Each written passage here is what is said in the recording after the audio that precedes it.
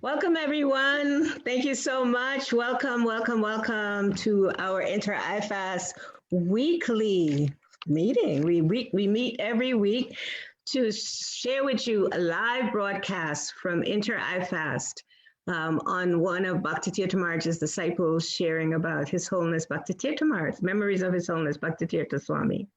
Just want to share a little bit about Inter-IFAS. Inter-IFAS is our social media part of, inspired by actually Bhakti Tirtha Maharaj on the Institute for Applied Spiritual Technology.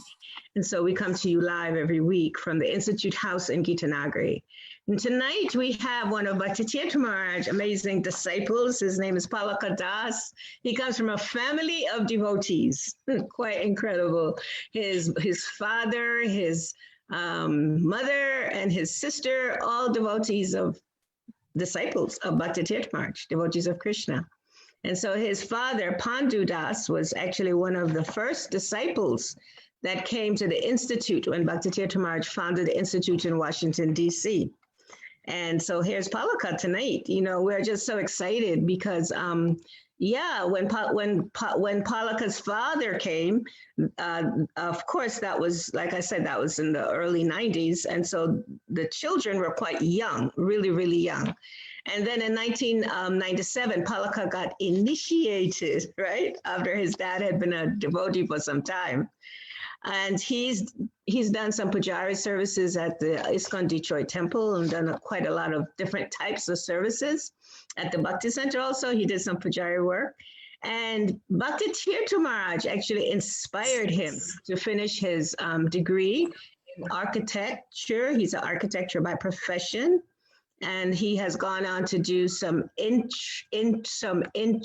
data, I'm trying to pronounce this, data center architecture.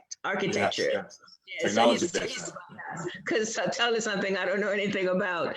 However, I know that he has a great responsibility because he's a district manager and it's a Fortune 100 company, and he's responsible for generating $50 million for technology.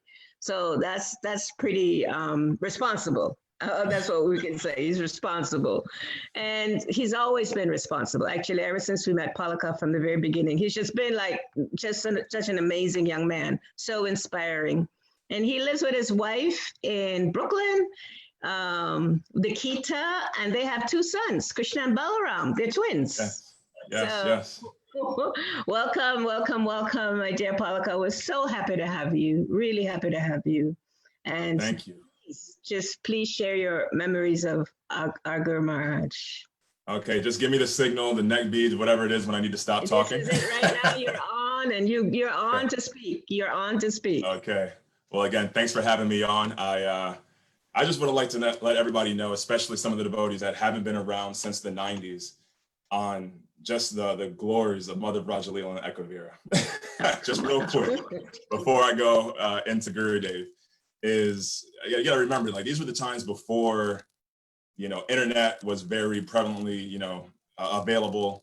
And when Mother Brajalila would come with her entourage and the devotees from Maryland and Gitanagari and these places, I was, a young boy in Detroit. I started really taking spiritual life serious when I was like 11, right? So I would see them come, and Mother Brajalila was doing the work of 20 men by herself. She would come with a few devotees. I remember like Rati Manjari and Mangal Artik, and they would just come with so much energy, and they would literally, while they were there, would transform the whole Detroit temple. And then they would set up all these programs. And of course, Mother Jamavati and a lot of those local devotees that were all there would all work together. And then next thing you know, Gurudev would have 10 to 15 different engagements over a 3-day period. We're talking about back to back nonstop activities. So they would like be the forerunners, and just so much Shakti would come. And again, I'm so thankful for all the years of service that you've done for Gurudev and helping the world. And again, please pray for me that I can someday please you and Gurudev in the same way that you guys have pleased Krishna. So again, I'd just like to thank you again from the bottom of my heart. Again, even though I was a young boy, I always saw, I was like, wow, this is what good looks like. so much Shakti, so much energy, and not wasting time. And that kind of gives me my transition to Gurudev, right? When Gurudev would come, and again, Mother Rajalila was that head sergeant in my eyes of doing all these activities. So again, I feel like I could speak all day about that. Again, even from my father speaking very highly of you and many different pastimes when I was a younger boy. So some of you may know, my dad passed when I was 16, but it's always been a lot of those stories that were told to me when I was younger about that institute and IFAST and how he came to Krishna consciousness through their very innovative preaching. At the time, it was controversial because he would wait maybe 8 lectures until he started talking about Krishna, but he would attract people with whatever they were interested in. So my dad was very interested in metaphysics. And I think what he heard was Gurudev was on a radio saying, hey, we're going to talk about demigods and their influence on the Gulf War. So my dad being a political science major and naturally kind of interested in spiritual life, he was like, oh, I want to go to this. And he started going and attending lectures.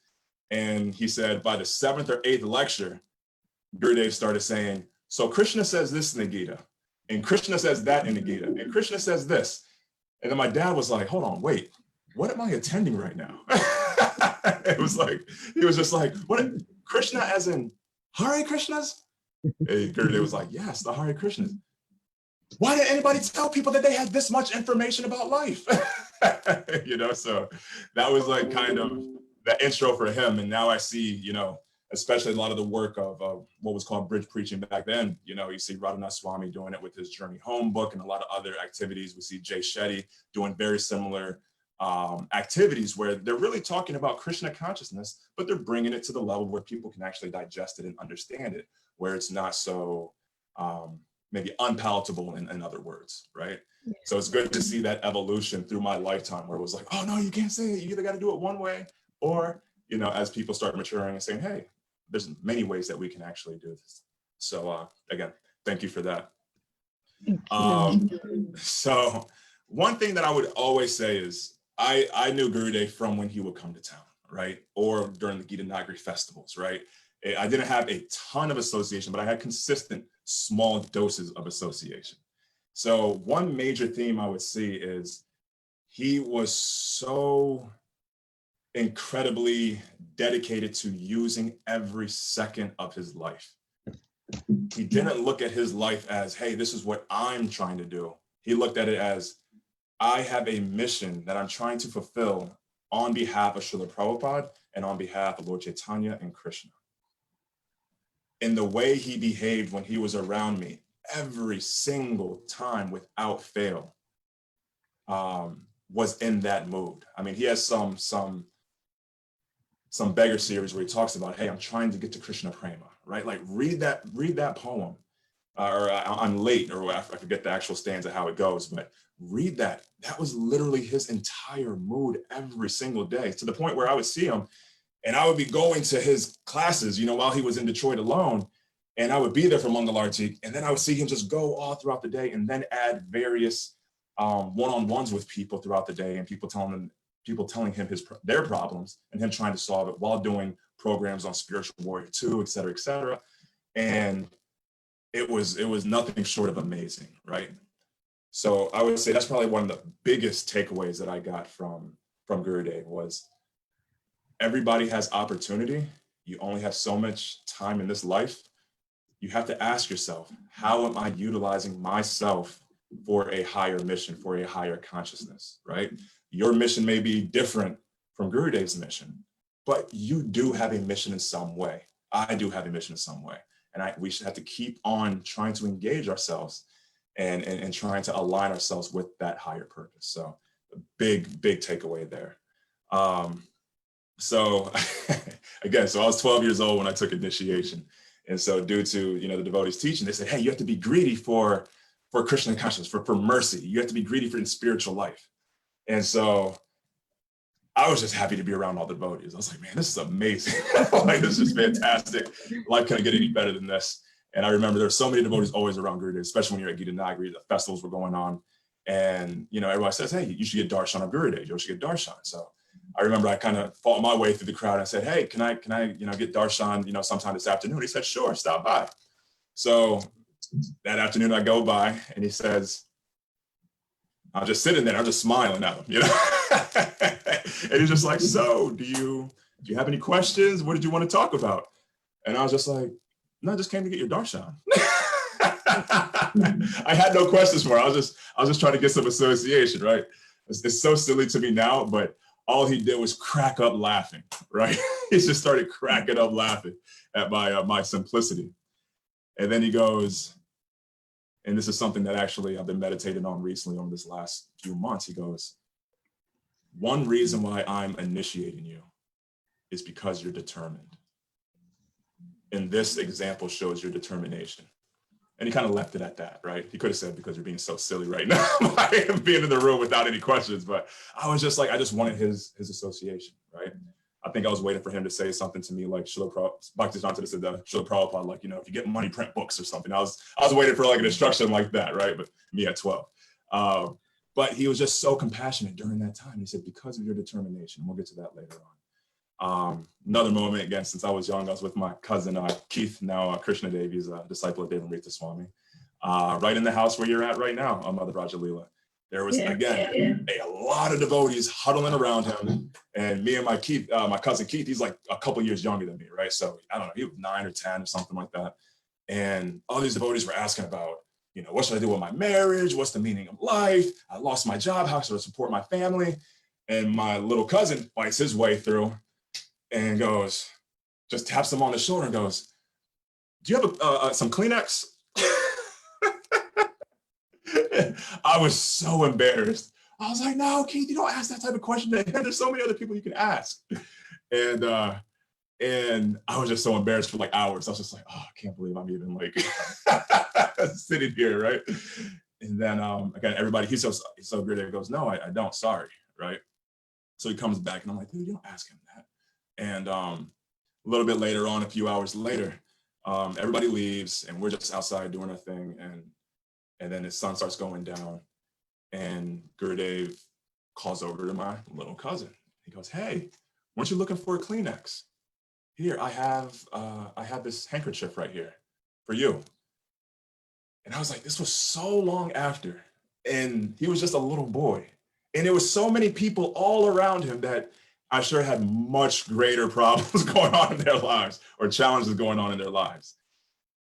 And he still remembered that long. I was just like, that's the quality that he's always talking about in his books, that from the most important to everybody's the most important, because you never know how you're going to affect people's spiritual life or people's life in general, right? So now, you know, Krishna Dev is a great devotee in Oklahoma, has a home preaching center out there. So his story is still being written, but think of that impact, that profound impact that he's had. So another aspect that I always saw with him was when he would come, he would always say, Palaka, how are you? I'm doing good, trying to, you know, this time I'm in college and things like that. And I'm like, yeah, trying to survive, you know? And he's just like, he goes, college is intense, isn't it? And I'm like, yeah. And I'm like trying to think, what do you mean by intense? You know, like, but I'm like, okay, whatever. Cause I'm still like on reverence type of a mood with him. And then he goes, well, just remember, you should never be the same person you were 3 months ago or 6 months ago. So when I ask you, when I see you the next time, are you the same person that you were before? It should be, no, I am not. I've grown in many ways. So this another teaching that I really took from him was, that he constantly talks about is, hey, this is a science. This is an action. This is activity. This is something that you have to work on every day, right? And so it's one of those things that there is no stagnation. You're either advancing or you're declining, right? There is no, oh, I'm just going to be right here. That's an illusion. That's an illusion, right? Like Krishna says in the Bhagavad Gita, chapter 7, verse 4, the three modes of material nature are always battling for supremacy.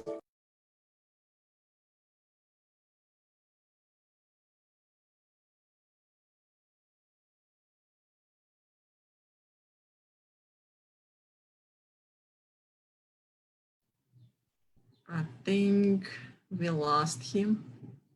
We'll probably wait for a little bit. Maybe he will be back on.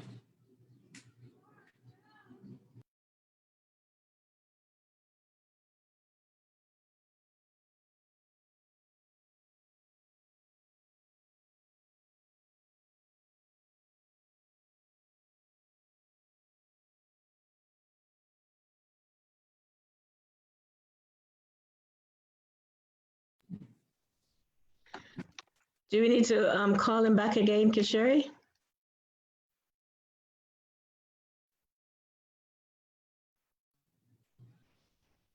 If he does not have any problem with his, Yeah, there he is. Okay.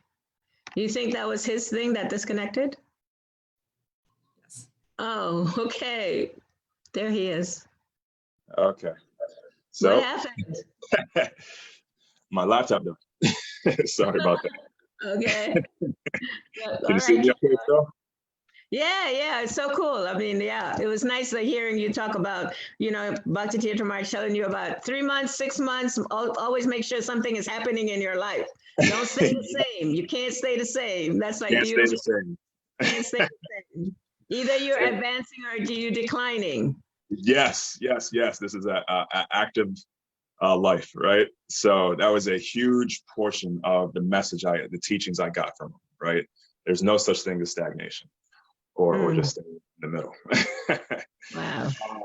So I would say one of the biggest in terms of why I consistently stayed along the path during these years was before my father was a devotee, he was Muslim. My mom was agnostic at that time. So she believed in God, but believed nobody knew anything about God.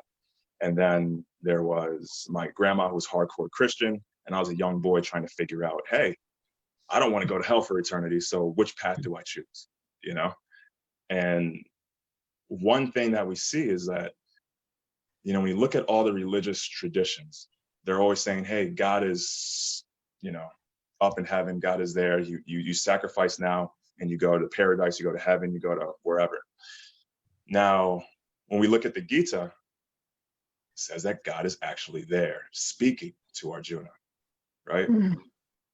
So it's not only that God was there, but God is showing us, or that conversation is showing us how we actually achieve perfection within this lifetime, not just waiting until you die and then going to heaven or going back to Godhead or going to paradise or whatever your mission is, right? So that was something I always appreciated about the philosophy was, hey, you know where you stand now. You don't have to wait until you die to figure out where you stand, because perfection is here now, or imperfection is here now, right? Depending on how you're looking at it, right? But in terms of Gurudev, again, I'm one of those people that don't like to focus on Gurudev's final pastime because I always saw him in another light. But I would say that one of the things he taught me during his final pastimes was how you actually reach perfection during this lifetime, even if you're going through the most crazy physical conditions you can imagine. How powerful is that? From thinking about the philosophy in regards to, okay, it's not just wait until you get to heaven, but then have a real life, a living example of someone achieving perfection while going through cancer. Right? When Radhanath Swami says, Gurudev was saying, life doesn't get any better than this. If that's not a testament to his devotion to Srila Prabhupada, his devotion to Lord Krishna, his devotion to Lord Chaitanya, what is? It's the most beautiful thing ever.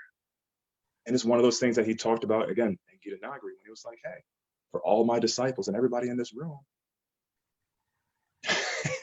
So he didn't say, hey, there's no excuse for, not reaching, Krishna Prema, but he said this, he did say, hey, there's no excuse for you not controlling your senses in this lifetime, right? So he's constantly, even as he was starting to transition, he was constantly trying to encourage us and say, this is possible for you. This is not just for other people. This is for you in your individual life.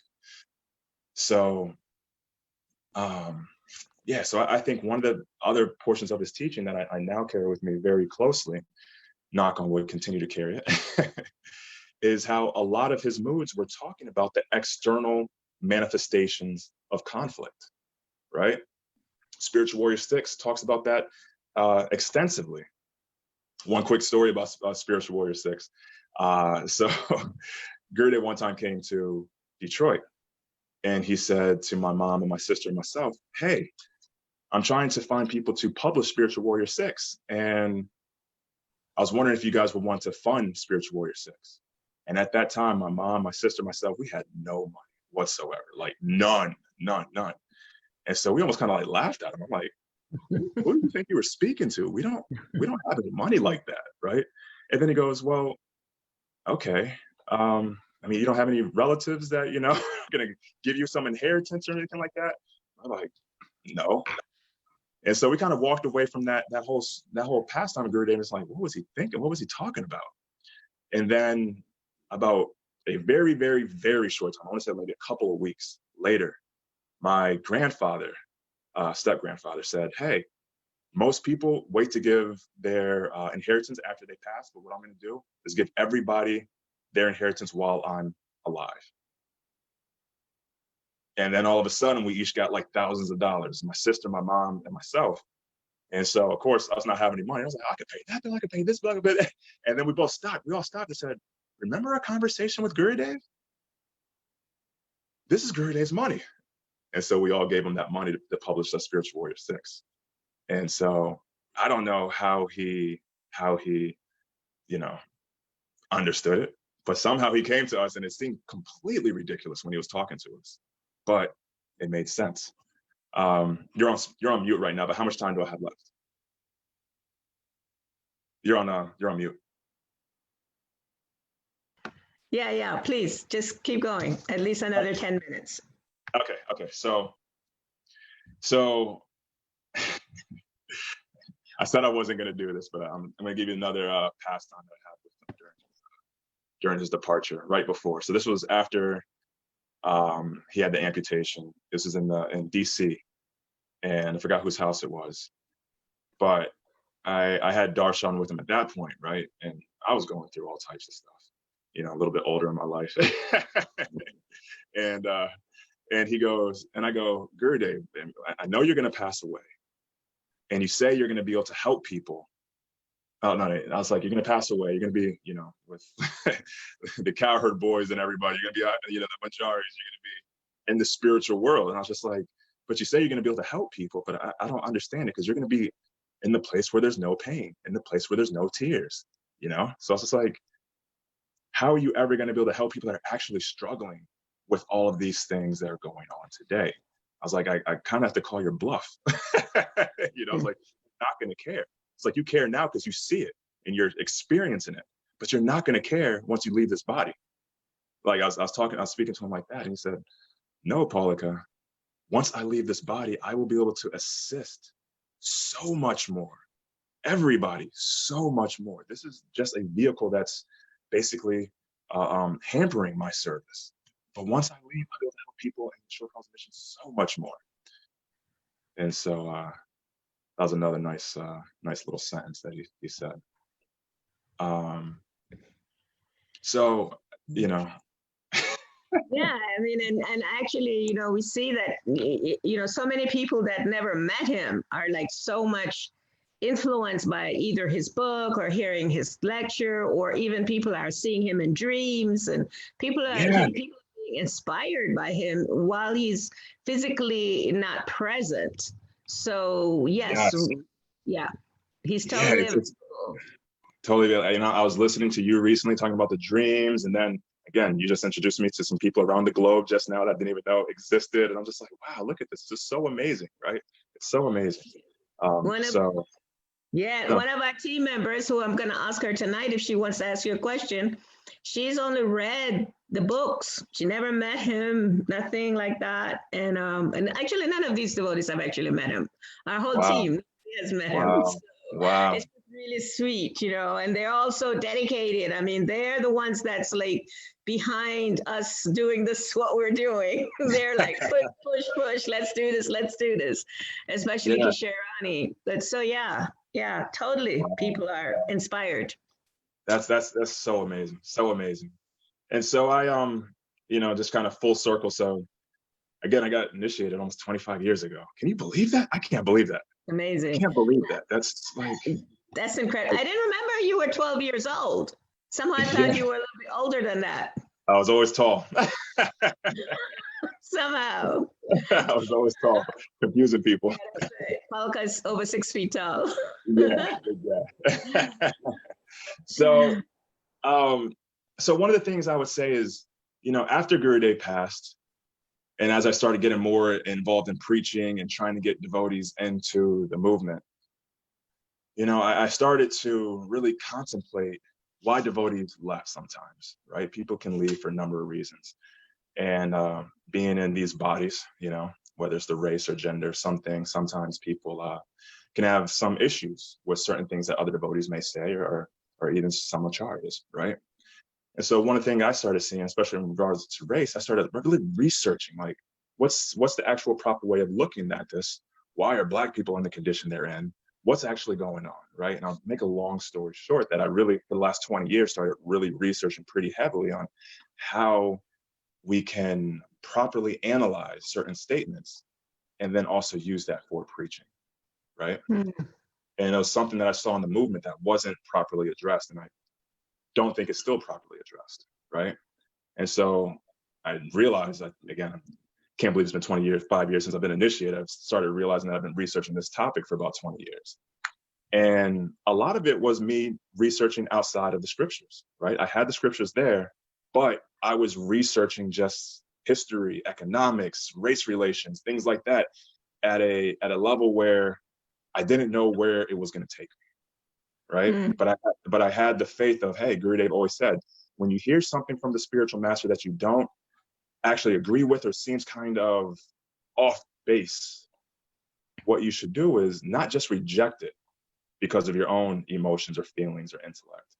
You should actually figure out, hey, put it in the bookshelf, don't accept or reject, but then ask Krishna, how can I properly understand these statements, right? Yeah. So I had a 20-year journey into that. And it wasn't until recently that I was like, just from a material point of view, I started understanding economics a lot better, started understanding race relations a lot better, started understanding a lot of these phenomena a lot better. And I was just like, whoa, I think I kind of understand where Prabhupada and Gurudev were coming from. And then all of a sudden, I started reopened the Gita. Mm. And then I saw that everything I was learning was right there in the Gita, right? From the three modes, from how you actually analyze yourself, from the macro to the micro, right? Gurudev was so expert in that. And so one thing I saw over the last few months is when I would start talking to people, as if I had the truth, but I was disturbing people, right? And I was like, hey, I shouldn't be disturbing people, right? And I was like, I'm just quoting the Gita, right? And then, but Krishna says, hey, speech in the mode of goodness is speaking truth while still not harassing people's ears. So even if you're speaking the truth, but you're causing a disturbance, that's a different mode. That's not the mode of goodness, right? Even though sometimes you need to do that. But if you're doing it too much, you can tell you're speaking from a different mode. So even if you have truth in your heart, you're speaking with passion or ignorance, right? Yeah. These are practical applications of our philosophy. So I was reading the Gita and I was just dumbfounded. I was just like, oh my gosh, this is all there. And I just didn't understand it when I was younger, right? Because I had that trying to have that devotion, that sentiment, but I didn't have the knowledge or the experience to really put weight to a foundation of what I've been practicing, right? And I think as I got older, as my mind started to develop, I needed more of that logical foundation that's there to make sense of certain statements, right? Now, eventually, I started to read Gurdjieff's Spiritual Warrior 6. And Mother Indrani, luckily before she passed, has a whole slew of talks on the internet, and I started listening. And then I heard Gurdjieff speaking. I was like, oh my gosh, this is exactly what I've been trying to communicate.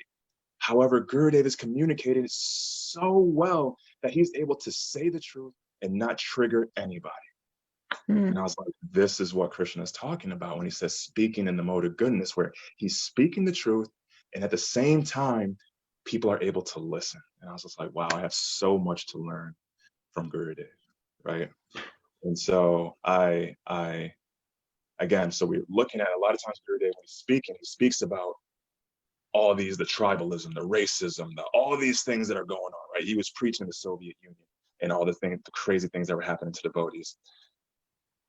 So he's speaking about all these, but at the same time, he usually brings it back to the internal, right?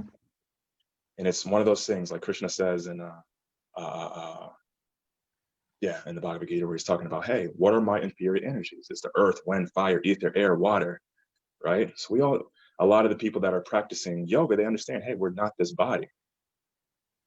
But how many people really reflect and say, hey, I'm not my mind, I'm not my intelligence, and I'm not my false ego either, right? So what are we actually offering, right? If this is all Krishna's inferior energies, and we all have a part to play in this inferior energy, what are we actually offering to God? We have a flower, but that flower is comprised of what? The three modes of material nature. It's comprised of different energies of God, inferior energies. And when we offer that to God, then that offering, that action becomes spiritualized if Krishna accepts it naturally, right? But we're aiming towards the mode of goodness. So even if Krishna doesn't accept it, at least we're aiming towards the mode of goodness. And what does Krishna say happens when you're in the mode of goodness? You get conditioned by happiness and knowledge, right? So every time people are in a different mode, they actually have a different set of eyes. So people that are more predominant in the mode of ignorance have a set of eyes, and they're going to look at the world in a certain way. Passion, different set of eyes, look at the world in a different way. Goodness, a different set of eyes, and look at the world in a different way. So I started really reflecting, like, wow, when I look at all these things externally, let's talk about racism, right? When we're looking at it, yes, it's a horrible action that's going on, right? People are minimizing the impact of the individual, right? However, how many times are we feeding that dog in our own mind, right? Gurudev has that analogy of the two dogs, right? I think it's actually a good analogy for the three modes. There's really three dogs, right? Which one are you feeding the most? And so it's a conscious activity of when you're waking up in the morning, are you making your bed? You have a decision to make. Are you going to make your bed? Or are you just going to run out and do your activities? Cleanliness is godliness, right? How are you treating your body? Every time you're eating something, what are you putting in? What are you offering? Every time you're, whatever activity you're doing, right? Even to the point when I started looking at my business life and applying Gurudev's principles, where I was just like, hey, what is this about? What is business about? Is business evil? Of course not, unless you're evil. You know, it's one of those things that you can look at it as one of the greatest service activities of mankind without being a pure devotee, right? Where people are saying, hey, if I want money, I have to first figure out how to serve somebody else. And if I want even more money, I need to figure out how I can serve them even more than what the contract states in terms of financial gain. So we're talking about a complete system of Krishna giving us opportunities at every moment to figure out ways of serving him. And it's our option, because even what we're thinking in terms of the mind, intelligence, ego are not us. That's still Krishna's energy. So all we can really offer is our desire, our endeavor to offer something, right? So we're talking about the teachings that Gurudev's talking about, where it's like, you have nothing to surrender, period. Because this is all Krishna anyway. You're watching Krishna's Leela in the material world. And just like Arjuna on the Bhagavad Gita and the battlefield of Kurukshetra, Arjuna said, hey, I don't want to fight. This is going to cause damage. It's going to cause harm. It's going to cause unwanted populations. I think it's better for me to go under a tree and just meditate on my spiritual life. But what did Krishna say? He said, no, everybody here is already dead. You can do nothing. It's just only your illusion that thinks you're the doer of anything. But my request is that you fight, because that is your nature. That is your nature. And because I want it to be done, it's actually transcendental loving service. So what I've been kind of meditating on is, how can I apply that internally, right? Because a lot of the things that we're seeing externally are actually within us. And we have to try to figure out how can we unroot those things within our own hearts, within our own minds, within our own activities, within our own speech. And while we're doing this, try to take it to actually as an offering to Krishna whenever we can possibly do that. How am I doing on time? Yeah, you shared a lot. That was beautiful. So beautiful. You weave the philosophy into the principles that's been given to us in the Spiritual Warrior 6. And, you know, you've shared so much about how the modes affect, us and how we need to go internally. So my question is, yes, given that externally there's so much turmoil. I mean, most people are perceiving the turmoil because that's the eyes they're seeing through.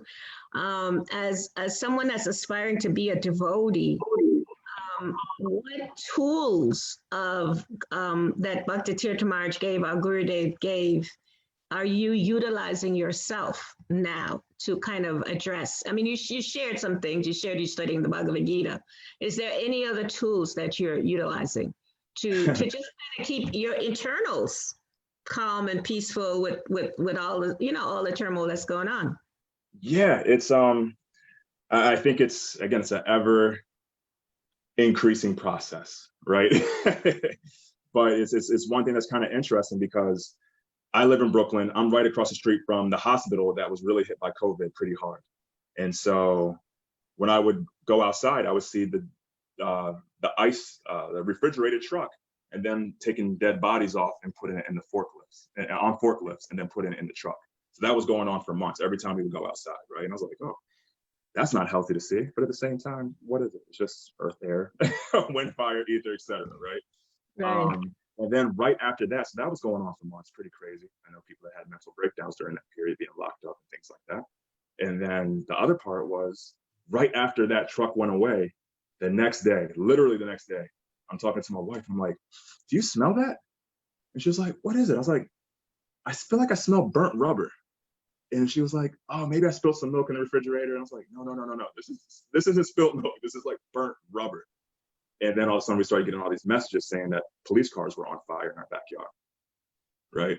So we're like right in the midst of a lot of chaos, like people have broken windows and all that stuff, right? And I couldn't be any happier right now. But it was one of those things internally.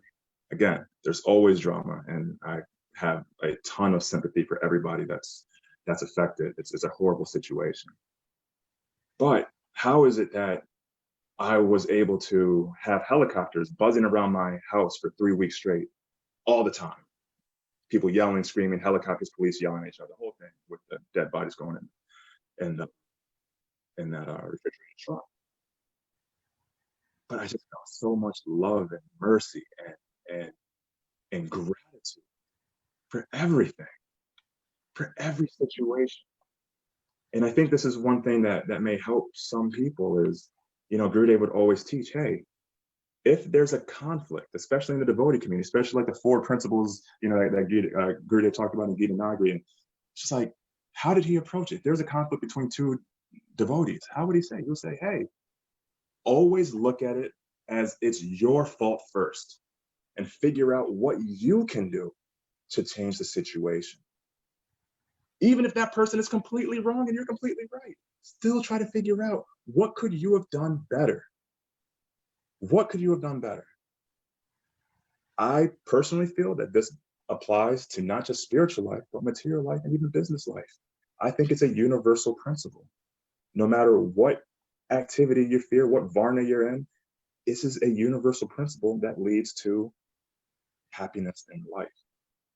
Mm-hmm. Now, it's one of those things that it's not an easy process. You have to do what? You have to endeavor, right? Yat tata. You have to have determination, and you have to sacrifice. These are kind of the building blocks of this whole universe. For those who follow the Gita, it says that be thou happy with this yajna sacrifice, because it will bestow upon you all good fortune and eventually lead you to liberation. So sometimes you have to sacrifice your own wants and desires for others. Now understand what Gurudev is saying when he says it's not about thinking less of yourself, but thinking of yourself less, right? So it's one of those things that you have to figure out what is your duty in this lifetime per the mind, intelligence, and ego that you carried over from your previous life, right? We understand that we're not our body and we're not our subtle body. However, we still have these bodies, right? And how can we best utilize them? But also, how can we best fine-tune our bodies? How can we best fine-tune the mind that we have right now? How can we best fine-tune our intelligence? How can we best fine-tune our ego in a way that we can be in the frequency to have that higher consciousness. Once we're applying those principles, then all of a sudden you'll see that the externals don't bother you as much because you have a particular set in mind. You have these things that are going to help you to have an internal calmness while the external is crazy. Okay. Yeah, the practices, the spiritual practices, there's no, I mean, yes, so much that foundation is so important for everything. I see we're running out of time, so I'm just going to ask Bhakti if she quickly has a question. Anna, Kishori, we have a few more minutes. Bhakti, do you have any questions? A question? Thank you very much, Paul. That was very, very important. And there is, I mean, at some point I was thinking that I was listening to Bhakti Tirtha Swami because you look like him, even your voice, your manners. That was so it was very, I mean, I'm one of those persons whom Rajalila Mataji has just said that I've never met him. I've started reading his books 5 years ago, and he made such a great influence on my life.